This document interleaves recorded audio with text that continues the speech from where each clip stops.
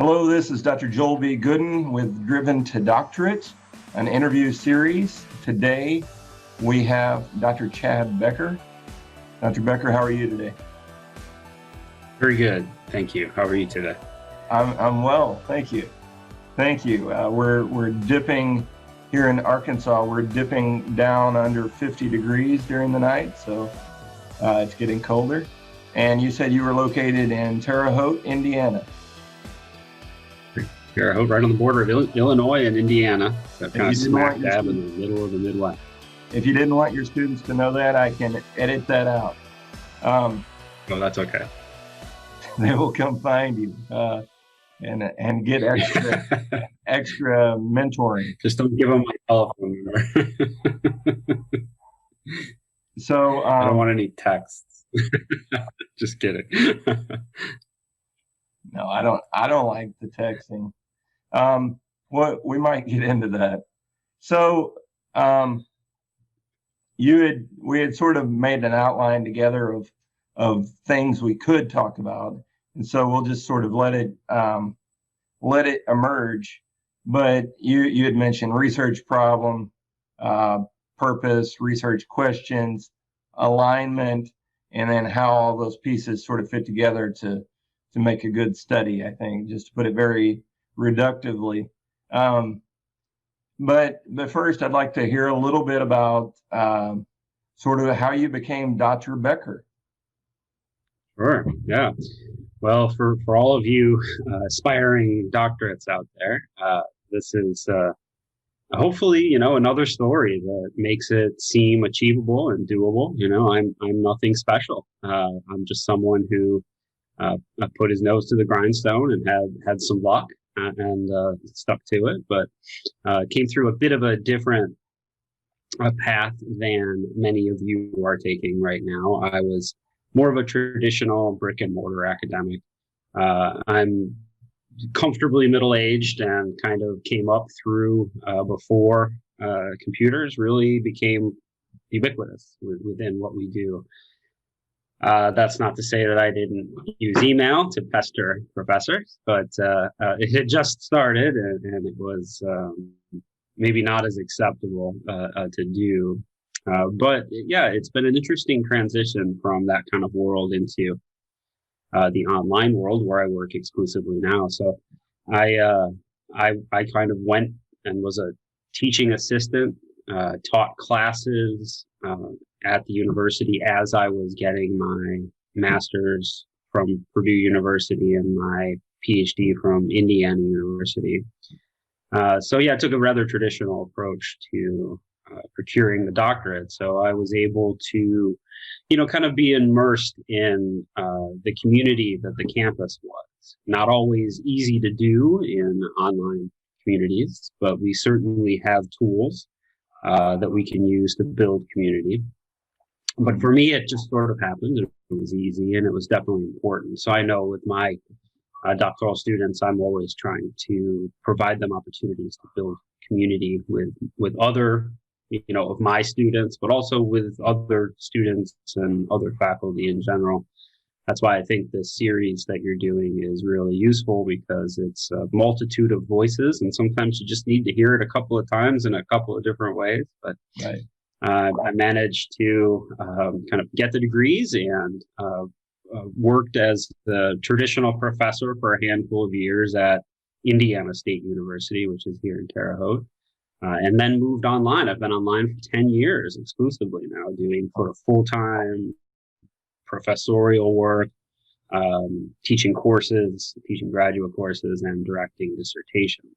So I certainly see what I do as a possibility for students who are getting doctoral degrees in education right now.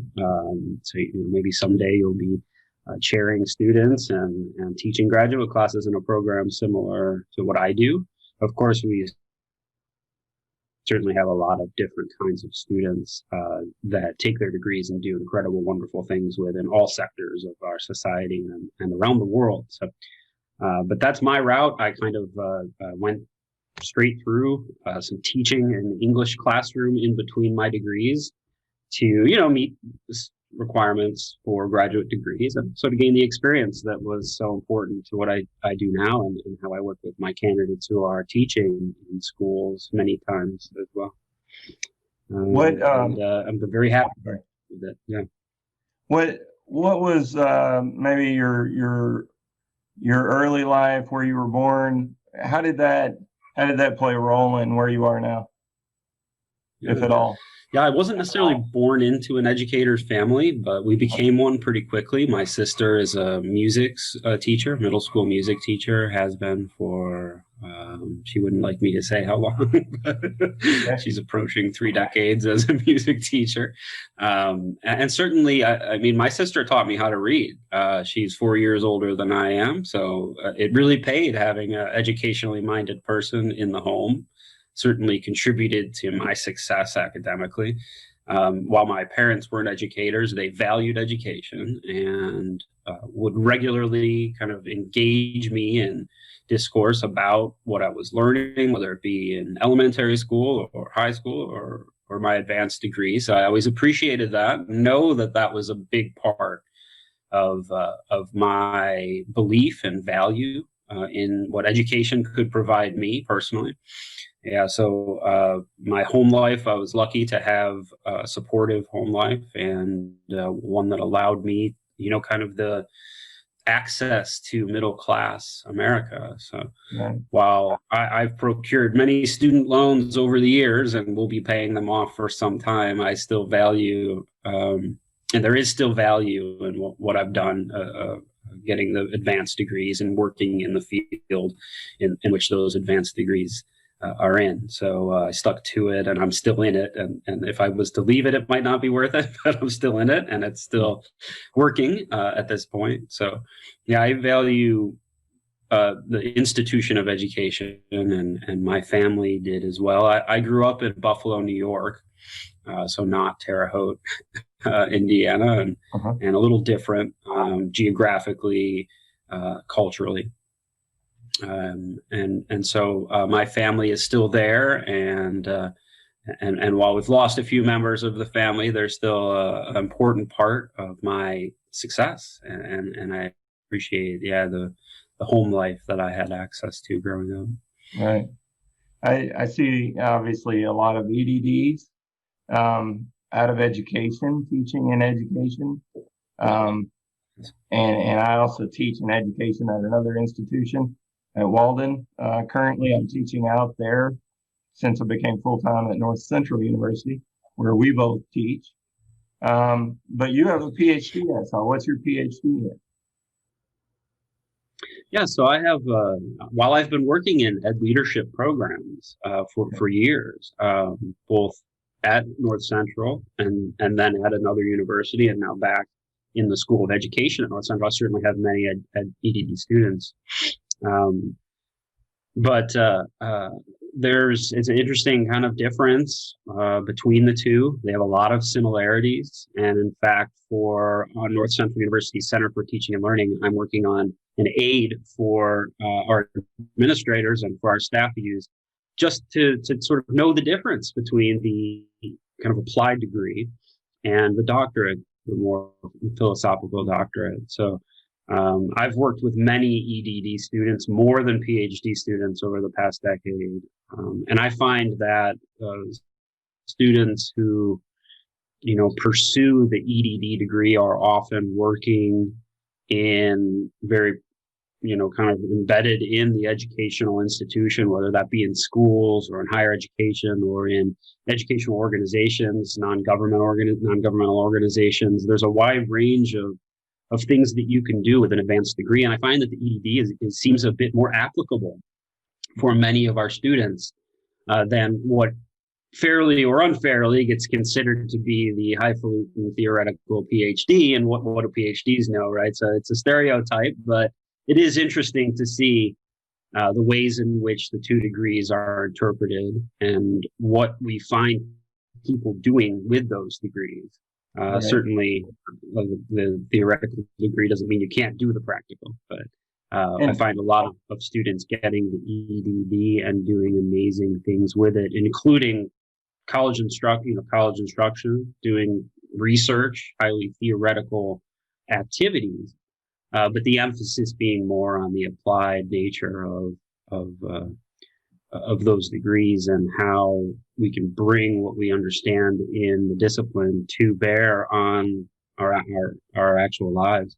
Whereas the PhD, sometimes we get a little lost in our heads and in the ivory towers, and, to use a few expressions that we're familiar with. Yeah, I have colleagues that that we're a mix and almost indecipherable between each other. So it's really kind of interesting how there are these words and names that we have that are different, but in reality, we're really trying to understand the discipline and how we can use what we know in the discipline to make our lives better. I think that's what most of us, if not all of us that get into education are charged with. We feel that deep in our bones. Right. And to clarify for our audience, I teach in the School of Social and Behavioral Sciences as a psychology faculty. You're an education faculty. Do I have all that correct?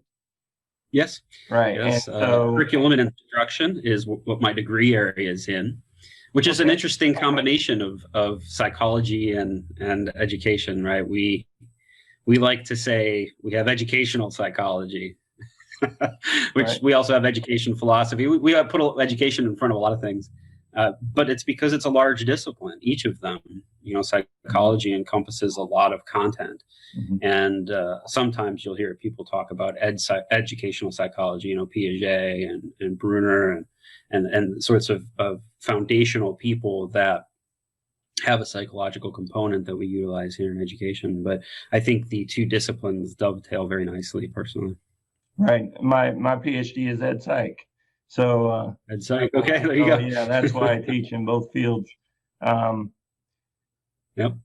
So yeah, and I agree with you about that. Sort of the EDD is sort of it's mainly figuring out which tool, talking about degrees as tools, which tool do you need to accomplish your goals in life? And I do see, like you said, I think a lot of school employees, administrators, teachers, they will go after the EDD because of its practical use.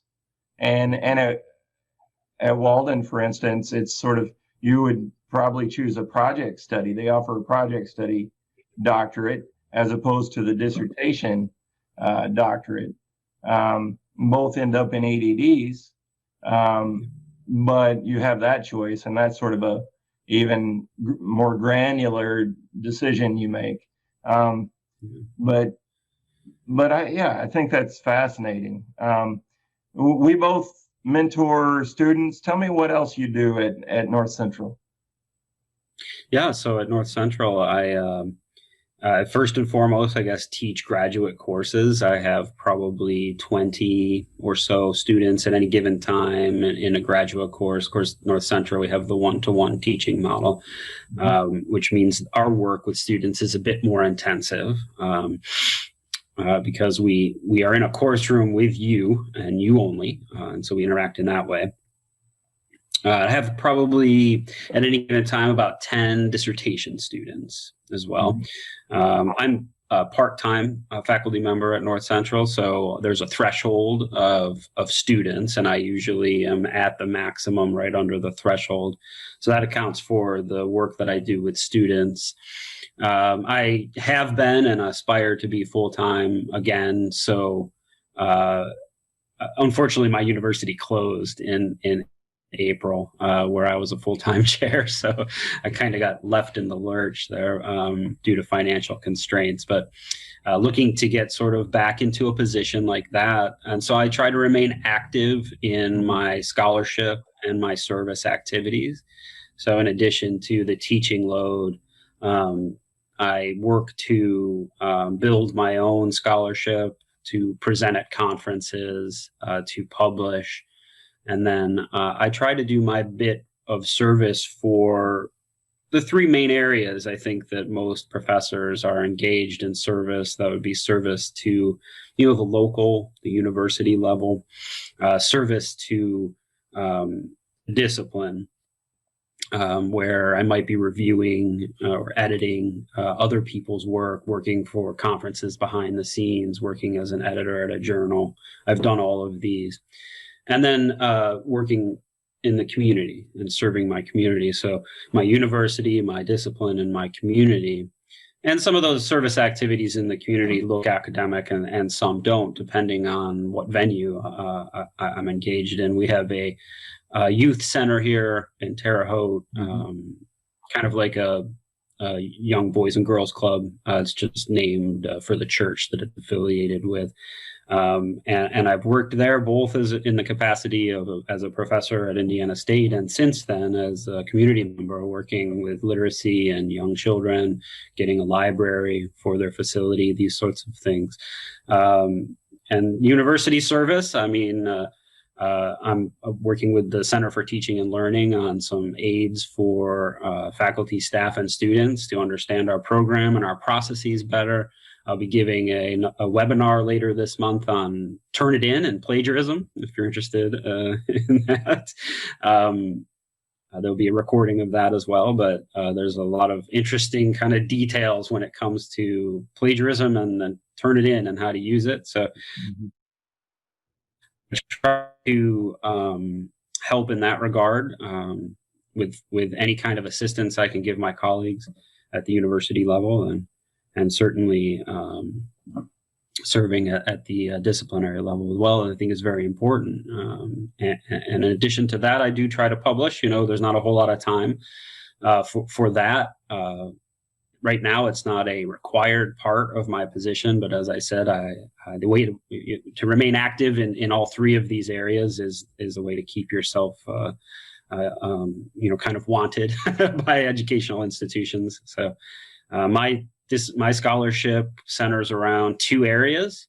My first love, which is curriculum, and kind of writing about fairness and equity and democracy as it manifests itself in curriculum. So my dissertation was about, and a couple of publications have been about curriculum at the K through 12 level. And in addition to that, I've been writing about doing this very thing, working online with graduate students and dissertation students as well. So I'm looking forward to publishing about working in these programs and with the students that gravitate towards them and the unique benefits and challenges that come along with that. So I try to remain consistent with my disciplinary training, but then also kind of see what's coming and where I'm at professionally and try to work that into my scholarship. It's easier when you do it that way. That way you're writing about something that's interesting and that you know. I try to remain active in all three of those areas. I'm doing similar. I've sort of gotten a passion for work mentoring, dissertating students. That's why the interview series is kind of emerging, and that's also a place for research. Anything I want to try with students, I can collect data on and feedback, and with an IRB and informed consent, I can use that data and actually publish it and do some action research sort of things. I might reach out to you about that. I wanted to switch gears and move to discussion of some of the things you want to share with students about sort of maybe some things that they don't always hear or they don't hear from you, for instance. Oh, the tough guy talk. Okay. You're not my student, so I can say this, right?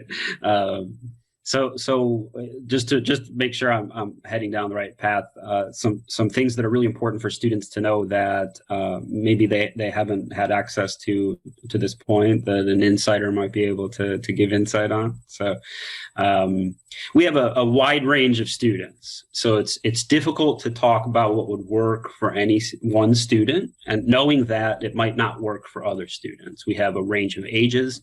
Many of my students are older than me.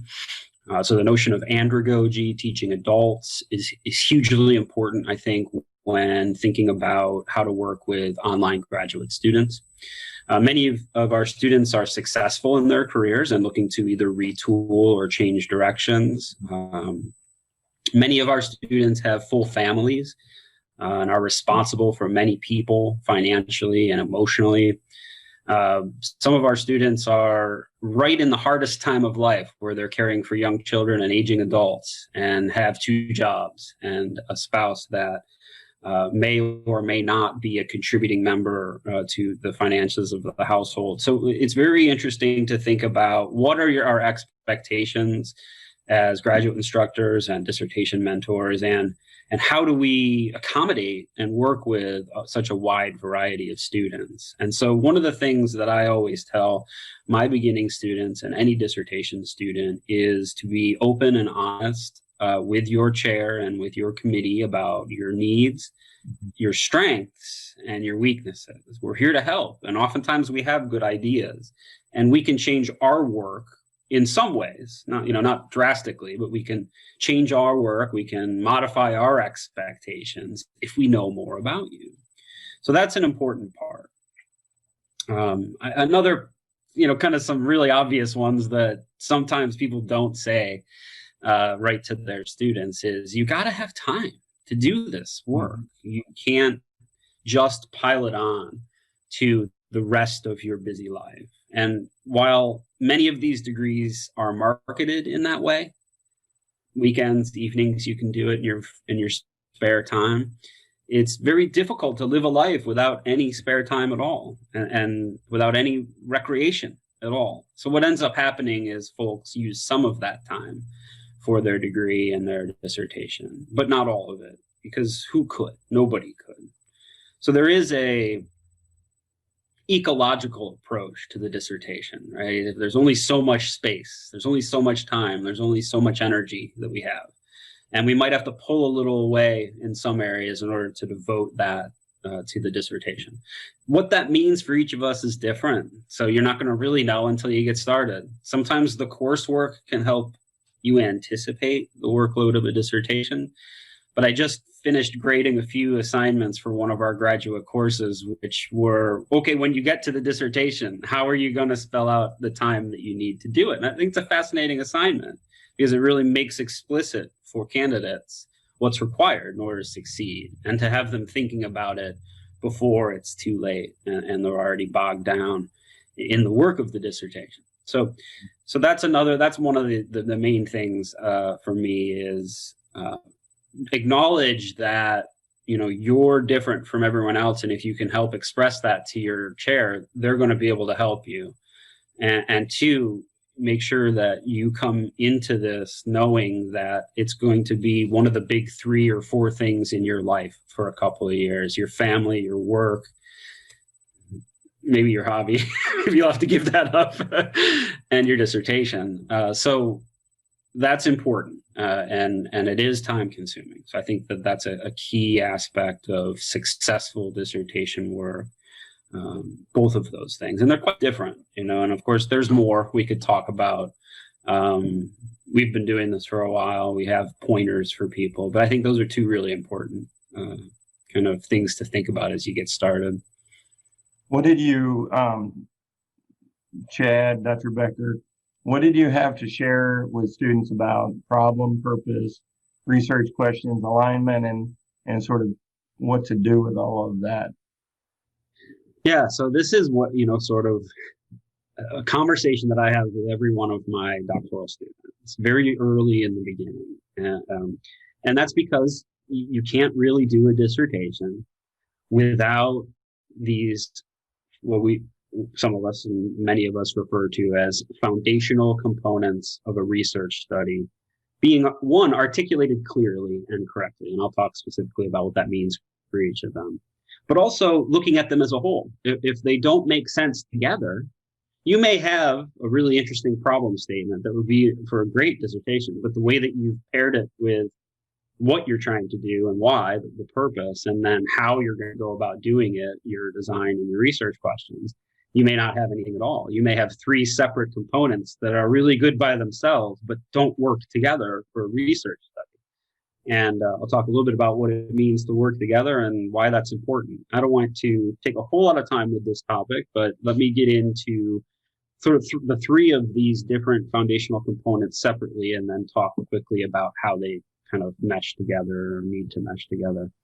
So every research study that is problem-based, and our program here at North Central and Walden's program, the various programs I've worked in before, every one of them has had a problem-based dissertation.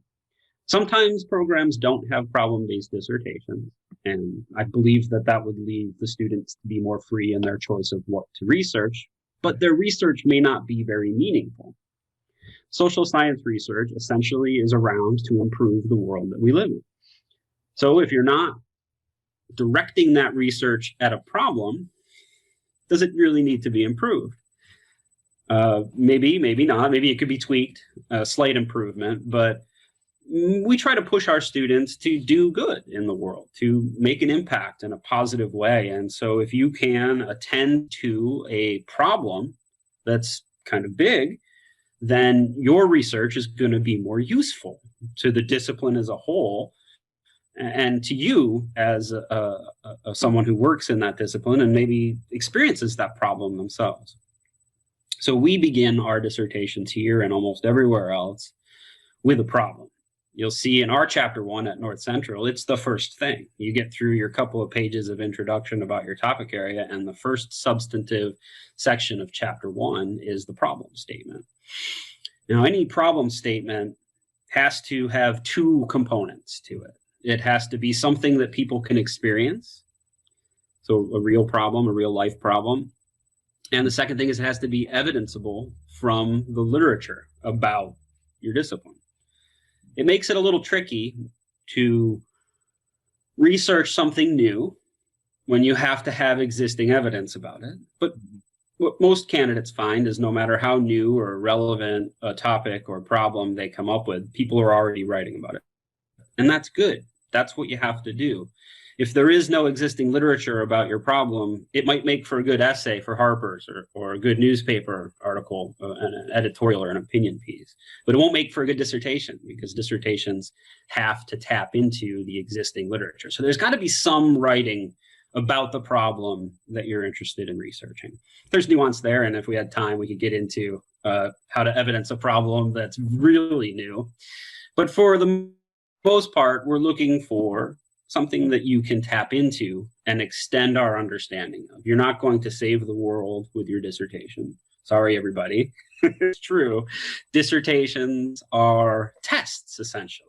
Can you execute a research study? And if you can and show us through the dissertation, then we're going to grant you the degree.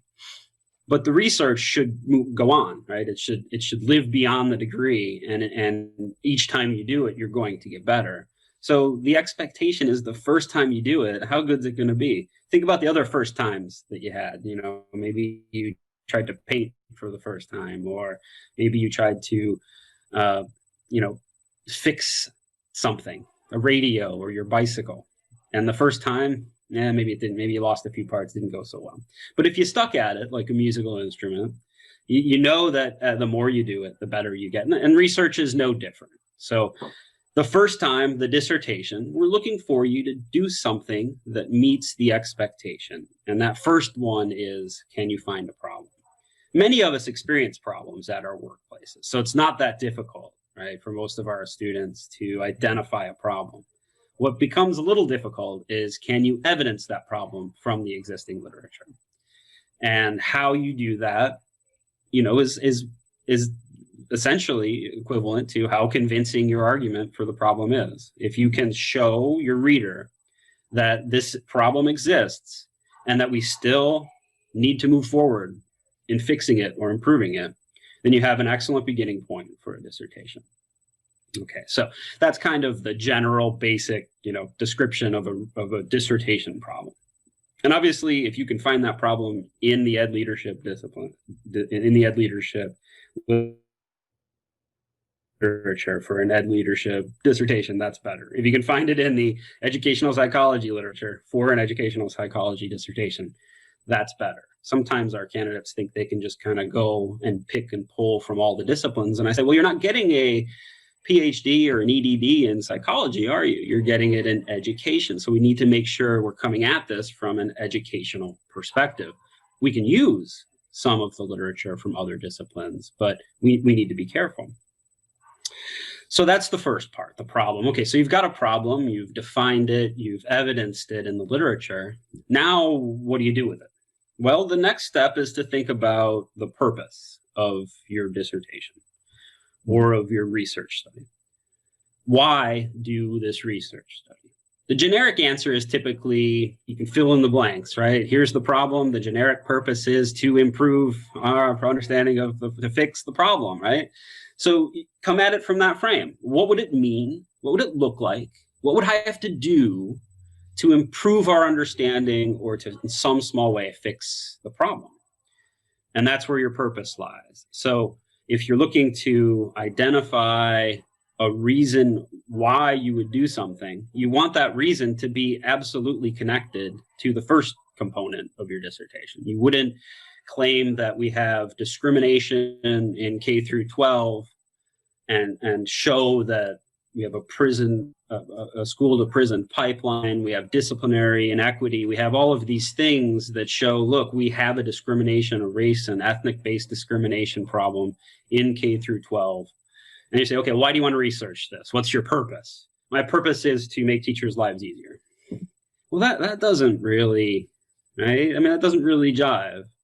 If the problem was something that the teachers were having a very hard time doing, that purpose might fit. But the problem is discrimination in K through 12. Purpose should be related to that. It should be something like to understand more fully the racial discrimination that's happening at K through 12, to understand teachers' perspectives about discrimination at K through 12, to understand administrators' perspectives. You know, these are the kinds of purposes that would align, right? That would mesh logically with a problem that was discrimination at K through 12. So while you could have any number of different reasons for doing a research study, obviously the choice of a problem limits that. And then when you want to have alignment for your study, you're limited even more. And that's okay. Limiting is good here because it means you're heading in a certain direction that's researchable. So we've got a problem. Now we've got a solid reason for doing the research that's connected to the problem. Now we almost don't have any choices left. We've made those two big decisions. And now when we think about our research questions or our research design, so our research questions are really just representatives of our research design. When you read a research question, you should be able to tell what type of research design that researcher is using. So if you have a correlation design, you would find a research question that was very specifically stated, what is the correlation between A and B? Maybe it's instructor style and student achievement or something like that. Mm-hmm. It would be very clear and you could say, okay, well, reading this research question, I can tell that we have a correlation here. If it were a phenomenological research study where you're interviewing people about their perspectives, the research question would look something like this. You know, how do teachers feel about their experiences with discrimination at the K through 12? And it would be obvious to the reader what type of study we were about to get into and read based upon the research question. So we've got a problem, we've got a purpose, we've got a what, and we've got a why. Now we just need a how, right? How are we going to, one, investigate the problem? So don't choose a research design that's going to have you investigating, you know, student achievement when the problem is teacher satisfaction or something like that, teacher dissatisfaction. So we've got a what, we've got a why. Now our how is in some ways already determined for us. So if we have the problem of K through 12 discrimination and we have a purpose of understanding that better, then we could choose a research design. We have some choice, but our choices are limited. We're not going to be doing a correlational design very likely because we haven't said there's a problem between these two things or our understanding of the relationship of these two things. We may be able to head in a qualitative perspective because we may decide that we want to talk to somebody who's embedded in this problem. This is a big problem.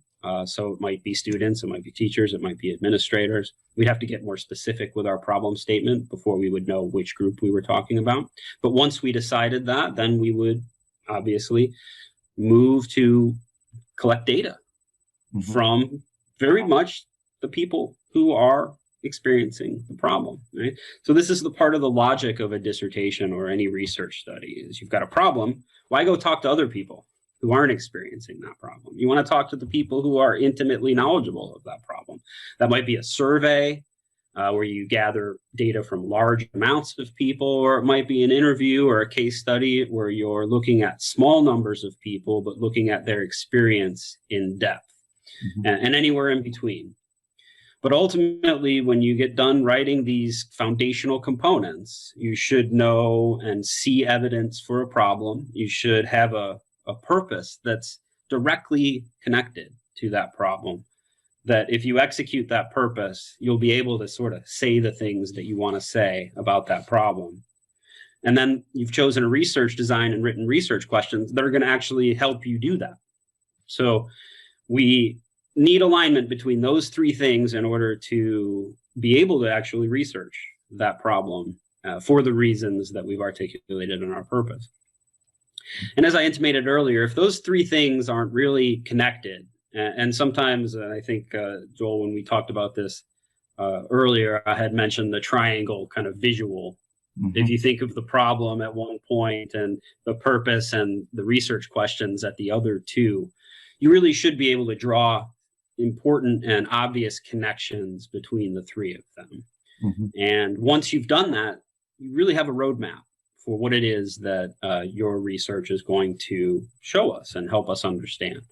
And that's when you don't have that connection, when you don't have that alignment between the three foundational components. As I said earlier, you might have really interesting examples of all three of them, but when you put them together, you really don't have a proposal for a research study. You may have the bits and pieces that make up proposals. You don't have a proposal for a research study, which would require that alignment so that what you're doing is what you say you're going to do, and that what you're doing actually allows you then to draw findings, to gather findings, and to draw conclusions from those findings that will allow you to say the things that you were hoping to say about the problem.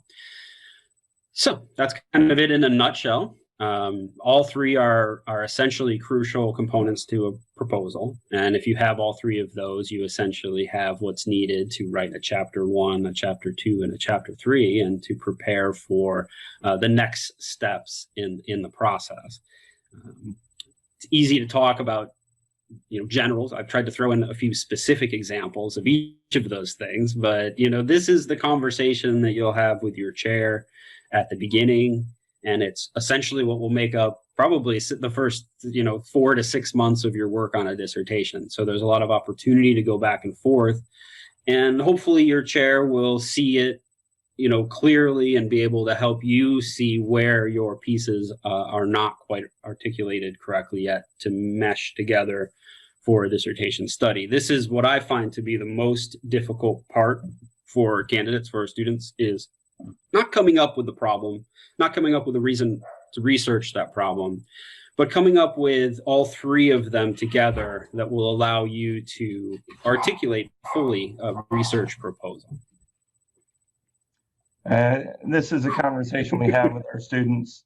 Typically, in our first meeting with students, we're getting to know them. We say, hi, how are you? We learn where they're working from. And then eventually we talk about chapter 1 and how to do it.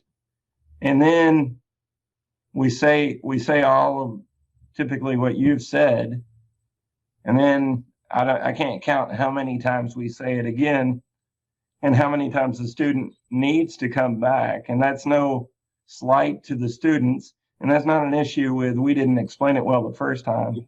It's that something you mentioned earlier, hearing it again and again, maybe from different perspectives, and as their study emerges and evolves, they need to check back. Okay, what did you say about the purpose? What did you say about aligning it? And so that's to be expected. So if you're hearing this and you're just sort of a little overwhelmed, that's pretty normal, unfortunately, because these are not simple topics. Dr. Becker and I, we do this every day for lots and lots of students. And it's sort of like 1+1 to us a little bit. It's not that simple, but it is something we know how to do. And we use language and words, and the words seem to come so easily to us because we do it every day. It's almost automaticity, right? Thank you for sharing all that, Dr. Becker. And I think there's definitely more to say. That, you know, obviously you focused on some specific foundational components. I like to weave in my framework into the research questions. I like to have my students do that. There's a lot of things maybe we can talk about in the future if we ever get to do this again. I want to respect your time. I think we're right at closing up time. Is there any way that students can sort of keep up with you? Do you have a book? Do you have a podcast? Do you have an email or a Twitter handle or whatever it is that you might want to share with our audience to allow them to follow you? Yeah. So I just watched the, I can't remember the name of it now.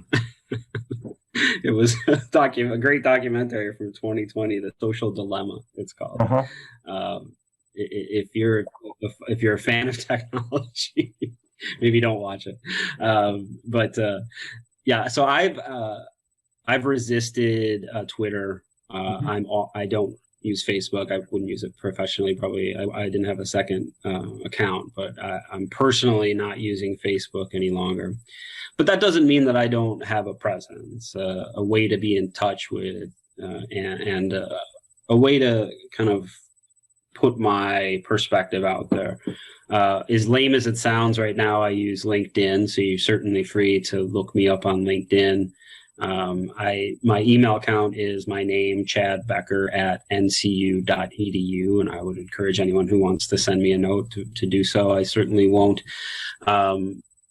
work against anyone's, kind of chair or committee, and I certainly wouldn't provide people with specific kind of things that they should definitely do. But, like I said, hearing something from another person